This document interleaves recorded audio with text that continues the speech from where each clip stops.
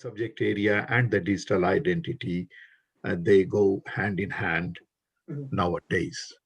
Okay, so that is where I had chosen to take up this subject and talk about the identity and the basic issues around that still we do have.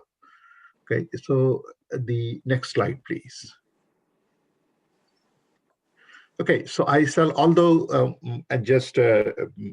I have mostly worked for global organization, except my current one, which is nationwide. At the same time, I am also a standing consultant for Deutsche Bank and Roche Pharmaceutical, which is of course not a banking organization. So so I shall begin with UK because I live in UK, although I work, across Europe and time to time in US, but yeah, mostly in and around Europe. But I shall begin from the home. Here, actually, recently the data came that, that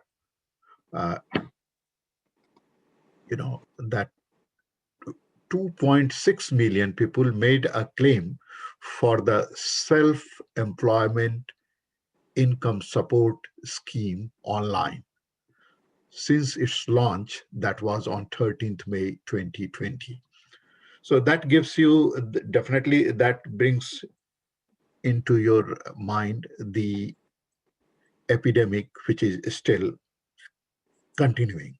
So, the epidemic broke out, government took some initiatives, and then, on 13th May, it brings in some specific program or plan for financial support to general people, and it finds out that, 2.6 million people, they have made the applications online.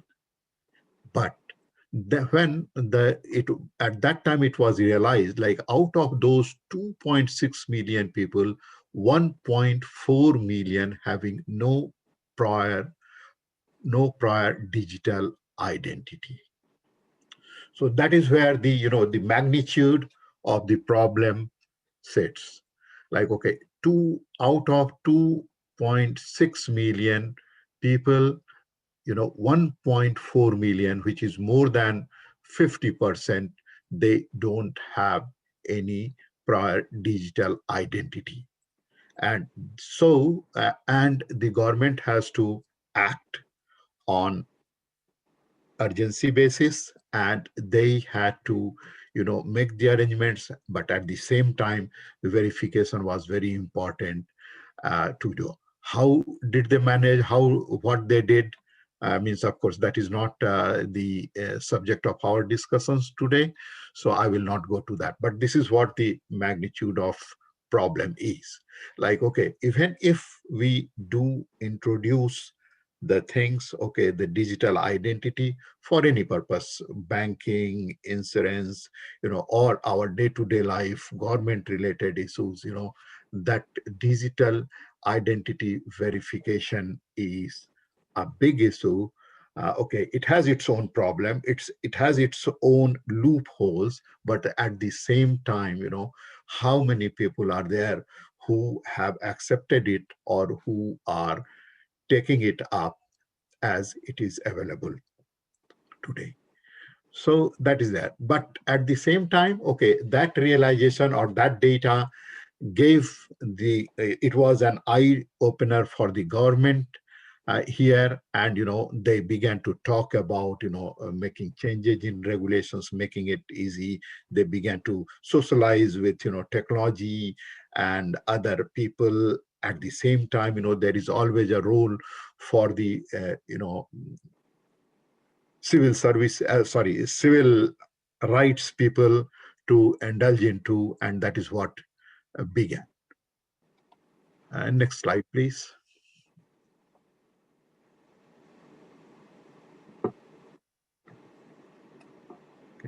So now I will come back to my subject area, which is the new dynamics of and the business continuity. Particularly when we talk about banking, of course, that KYC and client onboarding comes into my mind. But this is true not only for banking institutions or insurance or financial services. This is now a fact for each and every business where somehow, they need to, even a simple supplier, an online store, it needs to identify its customer and send the product to the right customer. So in this new dynamics, from business continuity perspective, this is an issue for each and every business, not only for financial services. So knowing your customer is the issue. Now, in the current scenario, okay, business to continue your business, or from continuity, from the business continuity perspective, definitely the first thing which comes to my mind is nothing normal. So we shall have to now accept that this is, some of the people, they use, new normal, but I have started using the word nothing normal. Okay, because the learnings from COVID-19, they say we have to learn from them, and they tell us, okay, the world is very fluid, and in current world where we are all interconnected, we are all doing businesses across the globe, we are traveling more, we are communicating more across the globe. Okay, and these type of situations may arise. Okay, and that is one of the scenario which we need to consider, the businesses need to customer.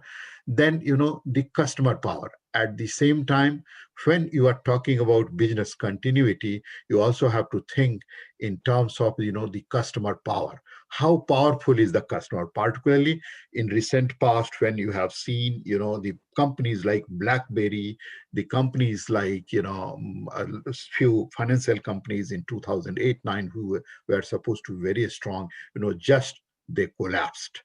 Okay, so it is very important that, okay, you have to understand the customer power, and you need to be customer centric, and particularly in banking, rather. Okay, the gentleman who was speaking before me, he has also touched about that, so local customers and multi jurisdictional customers. Then the other factor is data and morality. Okay, so that is what I consider. I have put them in the single bucket, because there is one, data and the uses of data, the uses pattern, because a lot of, we have the data, but how we can use that morally. When I'm talking about morality, I'm also talking about the regulatory or the compliance, from compliance perspective. Then the another point is, okay, regulations. There are multi-regulatory, multi-jurisdictional implications in most of the cases. Most of the businesses, not only financial services, of course, the financial services, mostly when we do any, international transfer, multi-jurisdictional implications come into place. But it is not only for financial services, airlines, travel companies, hotels, because the customer, okay, my hotel is, say, in Frankfurt, but my customer who is coming is from US and making me the payment. Okay, so Millennium all Physician these Group's factors. telehealth service, MPG Connect. Be seen by your Millennium doctor whenever and wherever you need. Sorry, Call something 844 is call happening. MPG. What is this? Uh, okay, so sorry about that. Something I could not make out what happened. So these are the situations we are facing today, and this is how. So the most important thing is to, from the uh, now the world has to think in terms of the business continuity, managing the business continuity, and there again, when you are managing the business continuity, the identifying the person, mostly, okay, because I am a anti-financial crime professional in most of the so I may talk in that terms, but that is true for everyone. Like you are onboarding your employee, you are onboarding your customer, you are onboarding a, a contractor, anywhere. So that is very important. So now uh, from this perspective, we have to think in terms of, because of mostly banks, when banks, because the gentleman who was speaking before me, he was also talking about the regulations. So in case of the banks and financial institutions, my experience is that we are more obsessed with regulators or regulations than the customers. We know less about our customers and their needs, and we are more bothered about regulations. But the time has come, when we have to give equal importance to the customers. Otherwise, that may be a doom for the business which does not take the customer centric approach, and keep the customer power in mind when thinking in terms of business continuity. So that's it. So